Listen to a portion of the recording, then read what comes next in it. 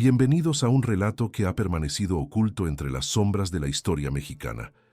Lo que estás a punto de escuchar no es una leyenda ni una invención. Es el testimonio real de eventos que ocurrieron en Chiapas a principios del siglo XX, cuando México atravesaba uno de sus períodos más turbulentos. Antes de comenzar, debo advertirte. Esta historia contiene elementos perturbadores que podrían inquietar incluso a los más valientes. Si decides continuar, te llevaré a través de los oscuros pasillos de una hacienda olvidada, donde los gritos de inocentes aún parecen resonar entre sus muros derruidos. Te recomiendo que no veas este video solo y, sobre todo, que permanezcas hasta el final. Lo que descubrirás en el último capítulo podría cambiar por completo tu percepción sobre ciertos eventos históricos que quizás creías conocer. Si te atreves a acompañarme en este viaje al pasado más oscuro de Chiapas, continúa. Pero no digas que no te lo advertí.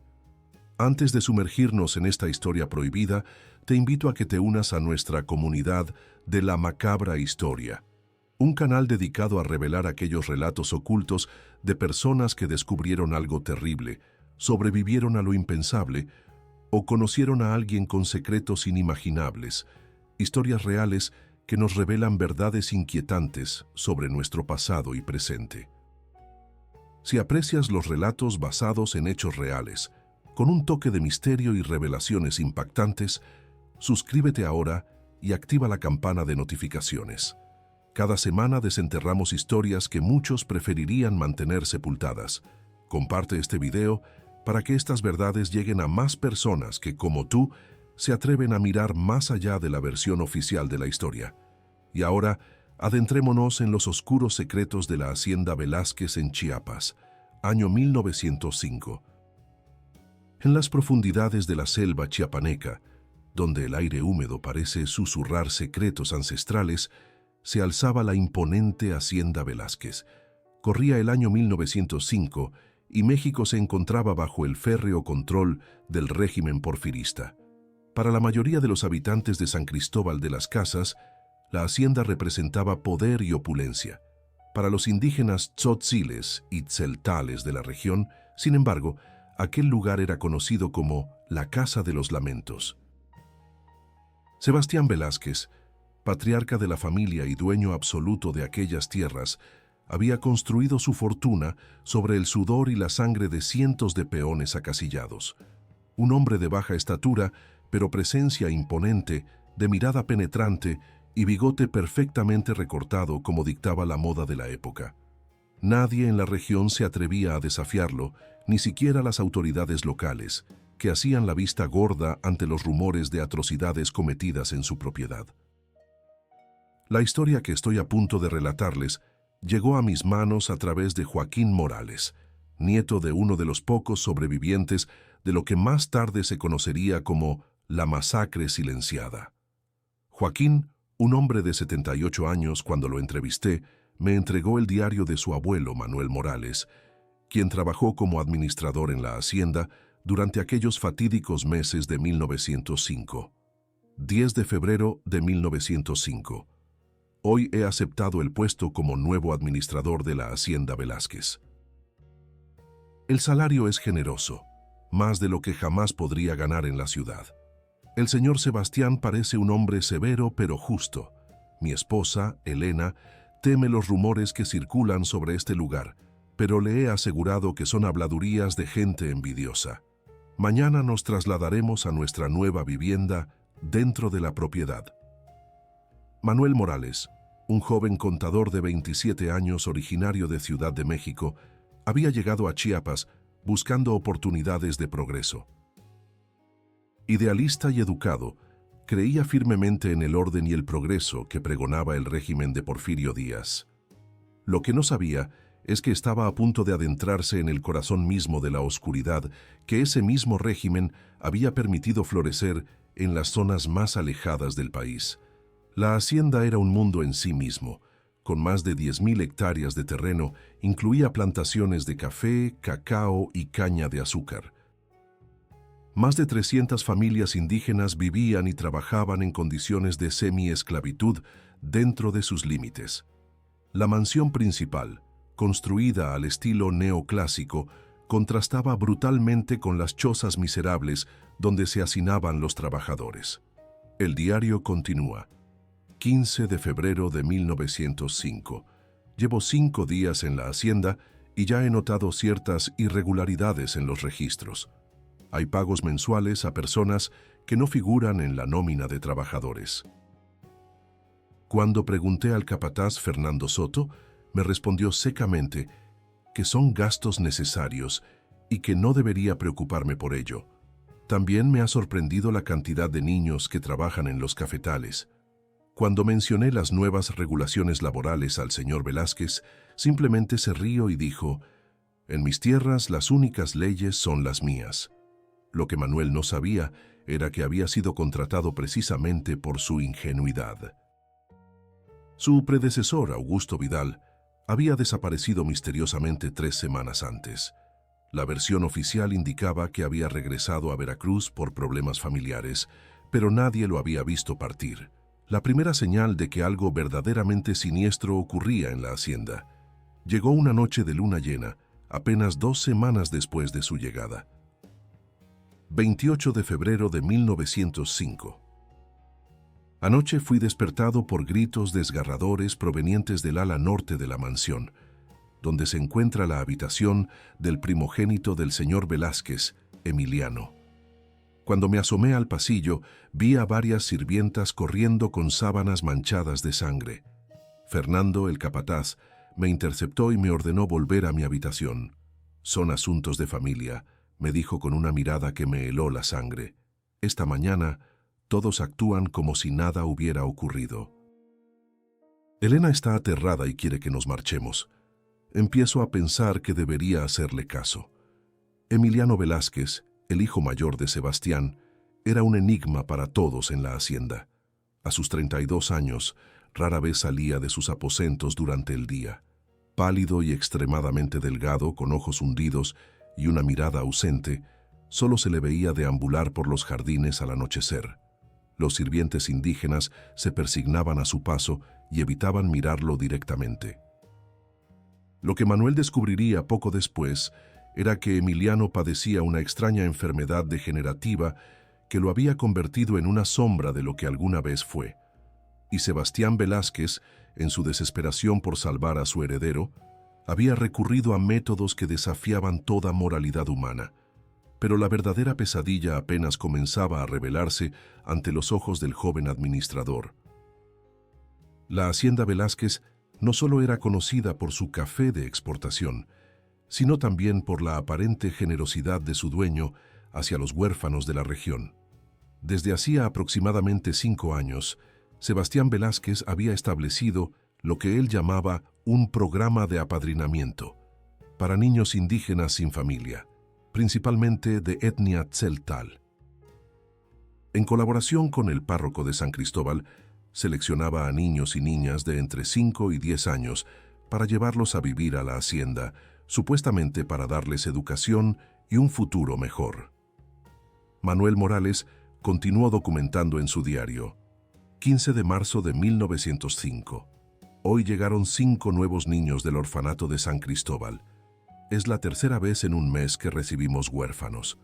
Lo extraño es que no he visto a ninguno de los niños anteriores en las áreas comunes de la hacienda. Cuando pregunté por ellos, la señora Dolores, el ama de llaves, me dijo que estaban recibiendo educación especial en el ala este de la mansión, un área a la que tengo prohibido el acceso. La curiosidad de Manuel crecía día a día, al igual que su inquietud. Las cuentas que debía administrar incluían gastos médicos exorbitantes y pagos regulares a un médico de apellido Gutiérrez, quien visitaba la hacienda 2 veces por semana, siempre en horas de la noche. Elena, la esposa de Manuel, había entablado amistad con algunas de las mujeres indígenas que trabajaban en la cocina. A través de ellas comenzó a escuchar rumores perturbadores sobre la habitación roja y los niños que entran pero nunca salen. 2 de abril de 1905. Elena está cada vez más angustiada. Hoy me contó lo que ha estado escuchando de las mujeres tzotziles. Según ellas, Los niños huérfanos son llevados a una sala especial donde les sacan la fuerza vital para dársela al hijo enfermo del patrón. Quiero creer que son solo supersticiones, pero hay algo en este lugar que me inquieta profundamente. He notado que Fernando y otros 3 hombres siempre trasladan a los niños de noche, cuando creen que nadie los observa. La oportunidad para descubrir la verdad llegó de manera inesperada. Sebastián Velázquez y Fernando tuvieron que viajar a la capital del estado para reunirse con el gobernador, dejando la hacienda bajo la supervisión de Manuel por 3 días. El joven administrador aprovechó la segunda noche para investigar el misterioso ala este de la mansión. 4 de abril de 1905, lo que he visto esta noche me perseguirá hasta el día de mi muerte. Aprovechando la ausencia del señor Velázquez, tomé las llaves del despacho y accedí al ala prohibida. Lo primero que me impactó fue el intenso olor a antiséptico, mezclado con algo dulzón y nauseabundo. Al final del pasillo encontré una puerta de roble con refuerzos de hierro. Dentro, Dios mío, dentro había una sala que parecía sacada de una pesadilla. Camilas metálicas con correas, instrumentos quirúrgicos y grandes frascos de vidrio conteniendo lo que parecían ser órganos preservados en algún tipo de líquido. En una mesa encontré el diario del doctor Gutiérrez, donde detallaba procedimientos de transfusión vital y trasplante esencial. Los dibujos y anotaciones sugerían que estaban extrayendo médula ósea, sangre y otros tejidos de los niños para administrárselos a Emiliano Velázquez. Según las notas del médico, la enfermedad de Emiliano solo podía ser contenida mediante estos tratamientos. Cada procedimiento requería un donante compatible, y ninguno de ellos sobrevivía al proceso. Conté al menos 27 nombres tachados en una lista. 27 niños sacrificados para mantener con vida a un hombre. No puedo seguir aquí. Debo informar a las autoridades. Pero Manuel cometió un error fatal. El ama de llaves, doña Dolores, lo había visto entrar al ala prohibida. Inmediatamente envió un mensajero a caballo para alertar a Sebastián Velázquez, quien regresó a la hacienda esa misma madrugada. 5 de abril de 1905. Han descubierto mi intrusión. Fernando y 2 peones armados nos mantienen bajo vigilancia en nuestros aposentos. Elena está inconsolable. He escondido este diario en el doble fondo de mi baúl, junto con copias de algunos documentos que encontré. Si algo me sucede, que Dios permita que esta evidencia llegue a manos de alguien que pueda hacer justicia. Esta sería la última entrada normal en el diario de Manuel Morales. Lo que sucedió en las siguientes 48 horas cambiaría para siempre el destino de la hacienda Velázquez y de todos sus habitantes. Estás a mitad de esta macabra historia prohibida, y lo peor aún está por venir. Si has llegado hasta aquí, no te pierdas los próximos capítulos donde descubrirás el destino de Manuel y Elena y la verdad completa sobre los horrores de la hacienda Velázquez. Recuerda que en la macabra historia desenterramos los secretos más oscuros del pasado para revelar verdades que muchos han intentado silenciar. Si valoras estas investigaciones históricas que otros no se atreven a contar, ayúdanos dando like a este video y compartiéndolo con aquellos que aprecian las historias reales con elementos perturbadores. Suscríbete ahora mismo para no perderte ninguna de nuestras macabras historias semanales. Y recuerda, algunas verdades son tan terribles que solo los más valientes se atreven a conocerlas. Continuemos con esta historia prohibida de Chiapas. Sebastián Velázquez era un hombre acostumbrado a resolver problemas de manera definitiva. El descubrimiento de Manuel representaba una amenaza no solo para su reputación, sino para todo el imperio que había construido durante décadas. Esa misma noche, convocó a una reunión con sus hombres más leales: Fernando Soto, el capataz, el doctor Ramón Gutiérrez, arquitecto de los macabros experimentos, y el padre Ignacio Mendoza, quien no solo le proporcionaba huérfanos, sino que también bendecía sus atrocidades a cambio de generosas donaciones para la iglesia. Mientras tanto, Elena Morales, aterrorizada pero decidida, había logrado comunicarse con una de las cocineras, Xochitl, una mujer tzeltal que había perdido a su sobrino 3 meses atrás, supuestamente adoptado por los Velázquez. A través de ella, un mensaje salió de la hacienda y llegó hasta las comunidades indígenas cercanas. La verdad sobre los niños desaparecidos finalmente había sido descubierta. 6 de abril de 1905. Escritura temblorosa. Nos han separado. No sé dónde está Elena. Me mantienen encerrado en una bodega junto a los establos. He escuchado que planean mi accidente para mañana.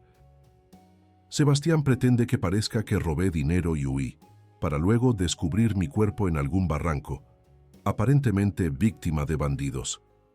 El doctor Gutiérrez ha venido a verme, no para ayudarme, sino para explicarme, en un retorcido intento de justificarse, la naturaleza de sus experimentos. Según él, Emiliano sufre de una rara enfermedad degenerativa que consume sus órganos internos. Descubrieron por casualidad que las transfusiones de sangre joven ralentizaban el proceso, pero con el tiempo se hizo necesario trasplantes de tejidos y médula ósea. Los niños indígenas, especialmente los tzeltales, resultaron ser compatibles por alguna razón genética que Gutiérrez no comprende completamente. Cada tratamiento completo requiere sacrificar a un niño, y el efecto solo dura unas pocas semanas. Es un precio necesario, me dijo con una frialdad que me heló la sangre, para mantener vivo al futuro de la familia Velázquez. Lo que Sebastián Velázquez no había previsto era la furia silenciosa que se había estado gestando durante años entre las comunidades indígenas de la región. La noticia de los experimentos con sus niños fue la chispa que encendió la pólvora. Aquella noche, mientras una tormenta tropical azotaba la región con inusitada fuerza, más de 200 hombres y mujeres tzotziles y tzeltales se reunieron en la espesura de la selva, a menos de 1 kilómetro de la hacienda. Armados con machetes, azadones y algunas escopetas viejas, planearon lo que más tarde se conocería como la Noche de los Machetes. 7 de abril de 1905. Letra casi ilegible. La tormenta ha traído algo más que agua. Poco después de medianoche, escuché gritos y disparos. La puerta de mi improvisada celda se abrió de golpe y apareció Xochitl, junto con 2 hombres indígenas. «Venimos a liberarlo», me dijo, «pero debe ayudarnos a encontrar a los niños. Los peones se han levantado contra Velázquez. El caos es total. La mansión arde en llamas a pesar de la lluvia torrencial. He visto a Fernando Soto ser arrastrado por una turba enfurecida hacia el patio central. La rebelión fue tan repentina como brutal.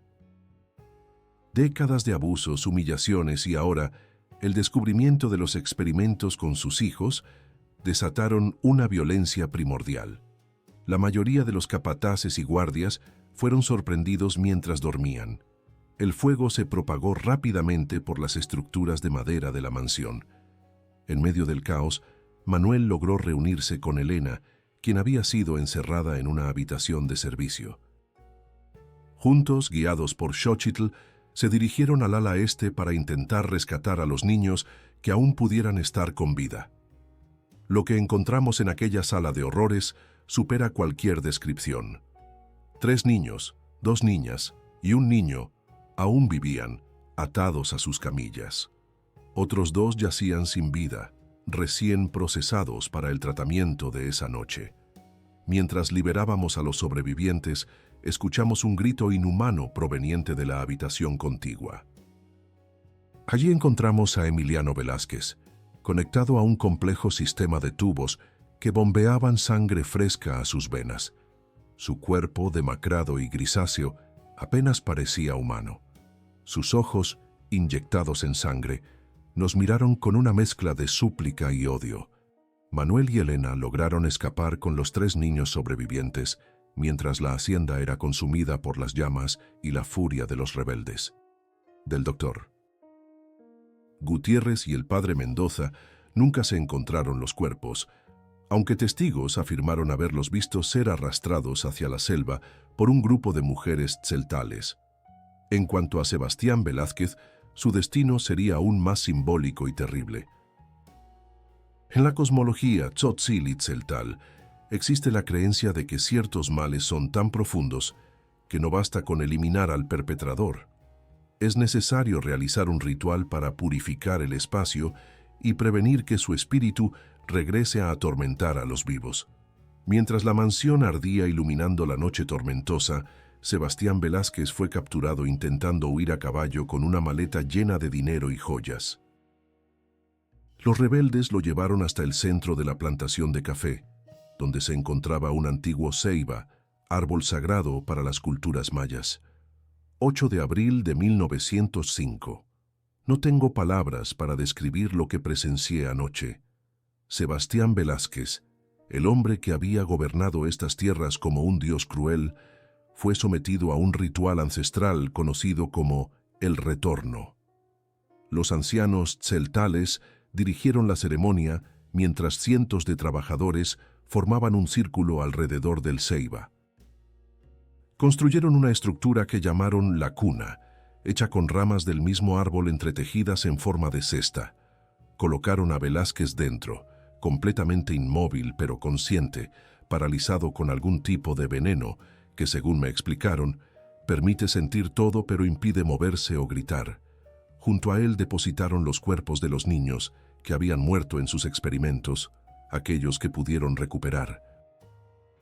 Luego, comenzaron a sellar la cuna con barro mezclado con la sangre de los participantes, cada uno aportando unas gotas mientras pronunciaban el nombre de algún familiar perdido en la hacienda. «Estamos devolviendo su espíritu a la tierra», me explicó un anciano, «pero no podrá descansar. Quedará atrapado entre mundos, sintiendo por toda la eternidad el dolor que causó». La cuna fue finalmente sellada y enterrada en un lugar secreto de la plantación, conocido solo por los ancianos de las comunidades. Según la tradición, cada año, durante la noche del 7 de abril, se pueden escuchar los lamentos de Sebastián Velázquez emergiendo de las profundidades de la tierra, un recordatorio eterno de sus crímenes. En cuanto a Emiliano, su destino fue quizás aún más terrible. Incapaz de moverse por sí mismo y dependiente de los tratamientos para sobrevivir, fue abandonado en su habitación mientras las llamas consumían la mansión.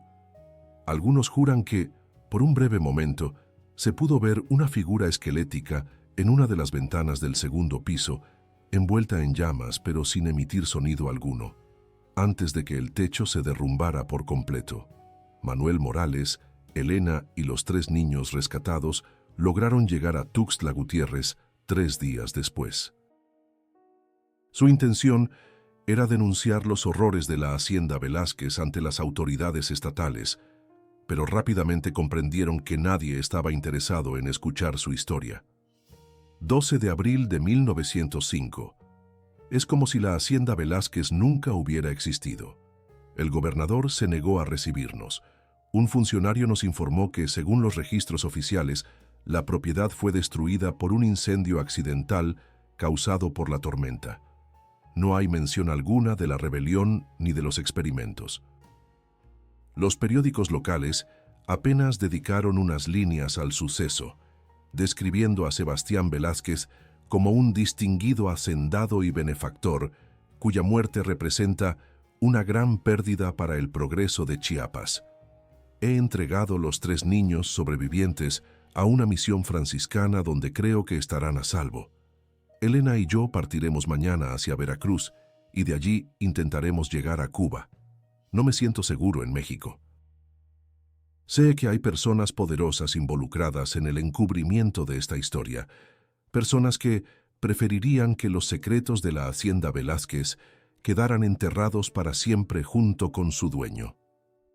Mi nombre es Joaquín Morales, nieto de Manuel y Elena. Estoy grabando este testimonio el 7 de abril de 1985, exactamente 80 años después de los eventos que mi abuelo documentó en su diario. Si están escuchando esto, significa que he decidido que es tiempo de que la verdad salga a la luz. La historia de la hacienda Velázquez habría quedado completamente olvidada si no fuera por la persistencia de Joaquín Morales. Tras la muerte de su abuelo en 1956, heredó el diario junto con otros documentos que Manuel había logrado sacar de la hacienda aquella fatídica noche. Manuel y Elena nunca regresaron a México. Se establecieron en La Habana, donde Manuel trabajó como contador en una empresa tabacalera hasta su muerte. Nunca hablaron públicamente sobre lo ocurrido en Chiapas, pero se aseguraron de que su hijo, y posteriormente su nieto, conocieran la verdad. Joaquín, profesor de historia en la Universidad Nacional Autónoma de México, dedicó gran parte de su vida a investigar discretamente los eventos de 1905. Sus pesquisas lo llevaron de vuelta a Chiapas en 1980, donde descubrió que la historia de la Hacienda Velázquez había sido transformada en una especie de leyenda local. He visitado lo que queda de la antigua hacienda. La naturaleza ha reclamado casi por completo las ruinas. Las plantaciones fueron abandonadas y la selva se ha expandido, cubriendo con su manto verde lo que alguna vez fue el escenario de tanto horror. Sin embargo, los pobladores locales aún evitan el área, especialmente de noche. Dicen que la tierra está maldita, que los espíritus de los niños perdidos y el fantasma del patrón enterrado vivo aún vagan entre los restos carbonizados de la mansión. Lo más sorprendente fue encontrar pequeñas ofrendas florales cerca del viejo ceiba, donde según la tradición fue enterrada la cuna. Nadie admite abiertamente dejarlas allí, pero una anciana tzeltal me explicó que son para apaciguar a los espíritus de los niños, no al de Velázquez. A él lo dejamos sufrir, me dijo con una dureza que atravesó décadas de dolor colectivo. La investigación de Joaquín también lo llevó a descubrir conexiones inquietantes.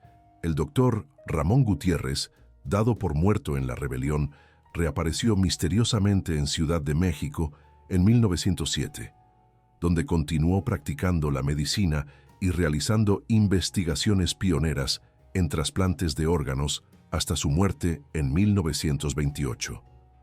Fue condecorado póstumamente por sus contribuciones a la ciencia médica mexicana. El padre Ignacio Mendoza también sobrevivió. Fue trasladado a una parroquia en Oaxaca, donde vivió tranquilamente hasta 1920. En sus memorias publicadas por el arzobispado, no hay mención alguna de su tiempo en Chiapas o su relación con la familia Velázquez.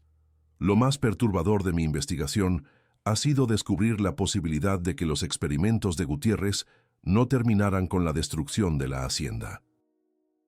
He encontrado registros médicos de casos similares en diferentes partes de México, entre 1910 y 1940, siempre siguiendo el mismo patrón. Familias adineradas con hijos que padecían enfermedades raras, orfanatos o comunidades indígenas cercanas con altas tasas de niños desaparecidos y médicos que súbitamente hacían avances revolucionarios en tratamientos experimentales. Es como si la monstruosidad concebida en la Hacienda Velázquez hubiera echado raíces y extendido sus ramas venenosas a través del tiempo, protegida por el poder y el dinero de quienes se beneficiaban de ella. En 1985, Joaquín Morales intentó publicar un libro basado en el diario de su abuelo y su propia investigación. Ninguna editorial mexicana aceptó el manuscrito. 2 semanas después de su último rechazo, su casa fue misteriosamente allanada. El diario original de Manuel Morales y gran parte de la documentación recopilada por Joaquín desaparecieron. Afortunadamente, Joaquín había tenido la precaución de crear copias y guardarlas en diferentes lugares. Una de esas copias, junto con esta grabación, fueron depositadas en una caja de seguridad bancaria con instrucciones de que fuera abierta 20 años después de su muerte. 3 de mayo de 1985. Debo añadir un último comentario a esta grabación. Desde que regresé de Chiapas he notado que me siguen. Un automóvil negro se estaciona frente a mi casa casi todas las noches. He recibido llamadas telefónicas donde solo se escucha silencio al otro lado de la línea. Ayer, un exalumno que trabaja en los archivos nacionales Me advirtió que alguien había estado preguntando por mí y mi investigación sobre la familia Velázquez. Es posible que no viva para ver esta historia revelada al mundo. Pero confío en que algún día, alguien valiente continuará donde yo me vi forzado a detenerme. La verdad sobre la hacienda Velázquez y lo que ocurrió allí en 1905 merece ser conocida, no solo como un acto de justicia histórica para las víctimas, sino como una advertencia de lo que puede suceder cuando el poder y la riqueza se colocan por encima de la vida humana. Joaquín Morales falleció el 17 de junio de 1985, aparentemente de un infarto, apenas 6 semanas después de realizar esta grabación. La investigación oficial concluyó que fue una muerte por causas naturales, pero quienes lo conocían bien notaron circunstancias extrañas. No tenía historial de problemas cardíacos y, según su secretaria, había recibido una visita misteriosa el día de su muerte.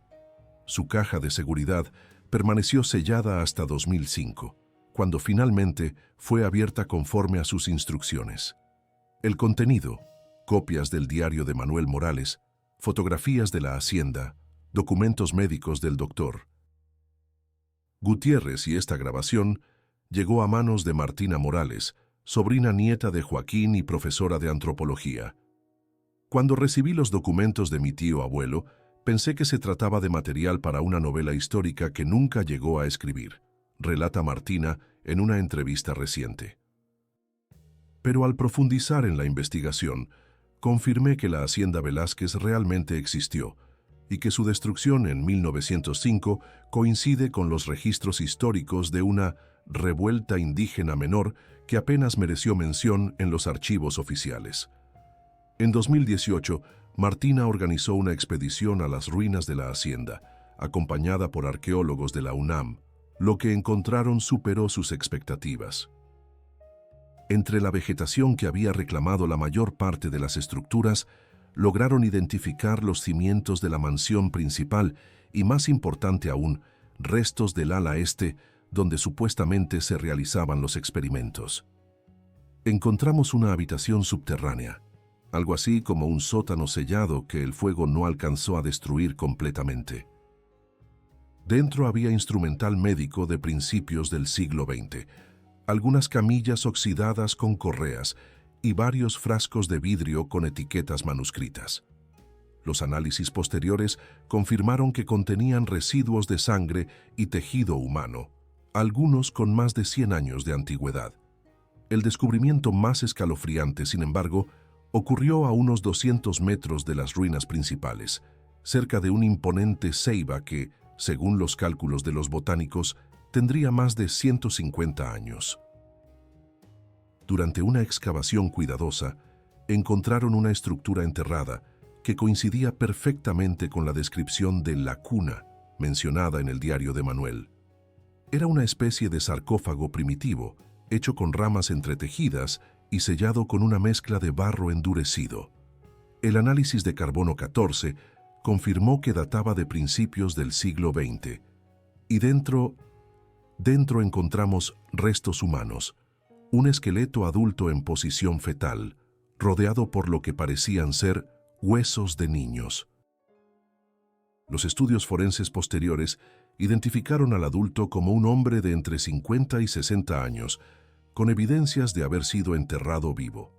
La investigación de Martina Morales atrajo la atención internacional, especialmente cuando logró conectar los experimentos de la hacienda Velázquez con otros casos similares, ocurridos en diferentes partes de México y Centroamérica durante la primera mitad del siglo XX.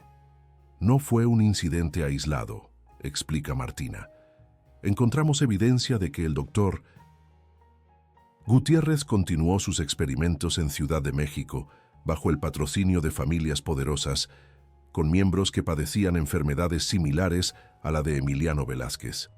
La documentación sugiere que desarrolló una red de médicos que compartían sus técnicas, todas basadas en el mismo principio: usar a niños indígenas como fuentes de tejidos y órganos para pacientes adinerados. Lo más perturbador de la investigación de Martina fue descubrir que esta práctica podría no haberse detenido completamente. Durante su investigación, encontró reportes periodísticos recientes sobre desapariciones inexplicables de niños en comunidades indígenas remotas de Chiapas, Oaxaca y Guatemala, siempre en áreas cercanas a clínicas privadas exclusivas que ofrecen tratamientos innovadores para enfermedades degenerativas. 3 días después de publicar mis hallazgos preliminares en una revista académica, mi oficina en la universidad fue vandalizada. Todos mis archivos físicos fueron robados y alguien intentó acceder a mi computadora. Recibí llamadas anónimas advirtiéndome que abandonara la investigación.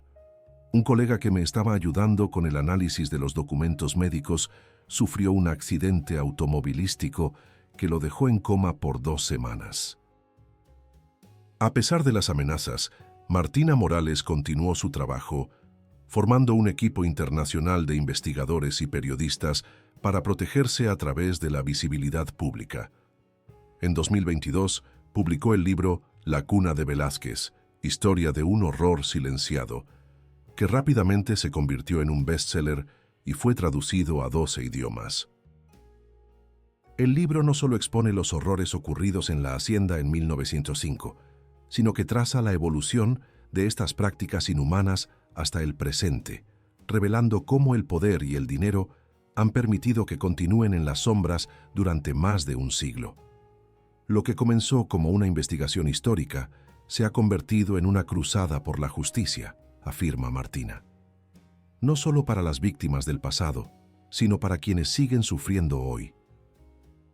Las comunidades indígenas de Mesoamérica han sido tratadas como recursos desechables durante siglos, y este es solo un ejemplo particularmente atroz de esa mentalidad colonial que nunca ha desaparecido completamente. El caso ha llevado a la creación de una comisión internacional de investigación sobre tráfico de órganos y experimentación médica ilegal en Latinoamérica. Varios médicos y funcionarios de alto nivel han sido arrestados, y clínicas clandestinas han sido cerradas en operativos recientes. Sin embargo, Martina advierte que la lucha está lejos de terminar. Los monstruos como Sebastián Velázquez y el Dr. Gutiérrez no son aberraciones históricas, sino productos de sistemas que valoran algunas vidas más que otras. Mientras existan personas dispuestas a sacrificar a los vulnerables para beneficio de los poderosos, historias como la de la Hacienda Velázquez seguirán repitiéndose bajo nuevas formas. Nuestra responsabilidad es mantenernos vigilantes y dar voz a quienes han sido silenciados. Hoy las ruinas de la Hacienda Velázquez han sido declaradas sitio de memoria histórica.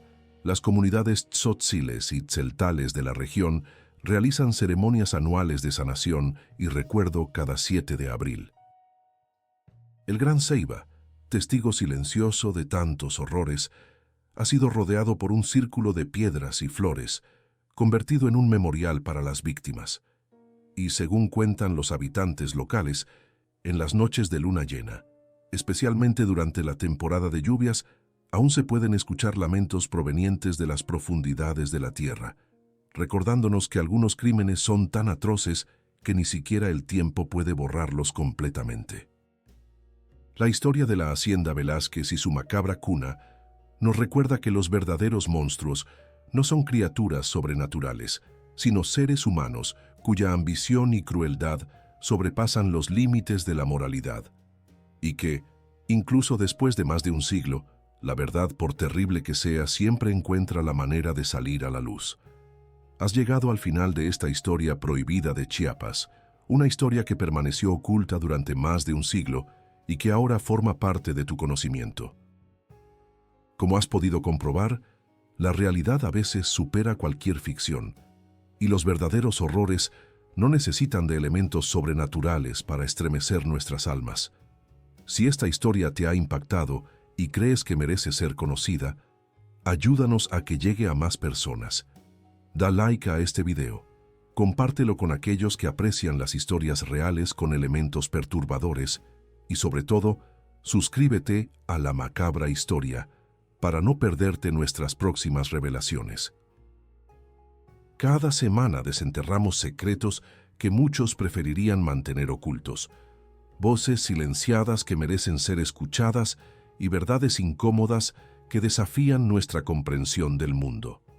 Recuerda que conocer estas historias no solo satisface nuestra curiosidad, sino que nos hace más conscientes de la importancia de luchar contra la injusticia y proteger a los más vulnerables, para que horrores como los de la Hacienda Velázquez nunca vuelvan a repetirse. Gracias por acompañarnos en este viaje a las sombras del pasado. Nos vemos en la próxima historia macabra, si te atreves a seguir escuchando.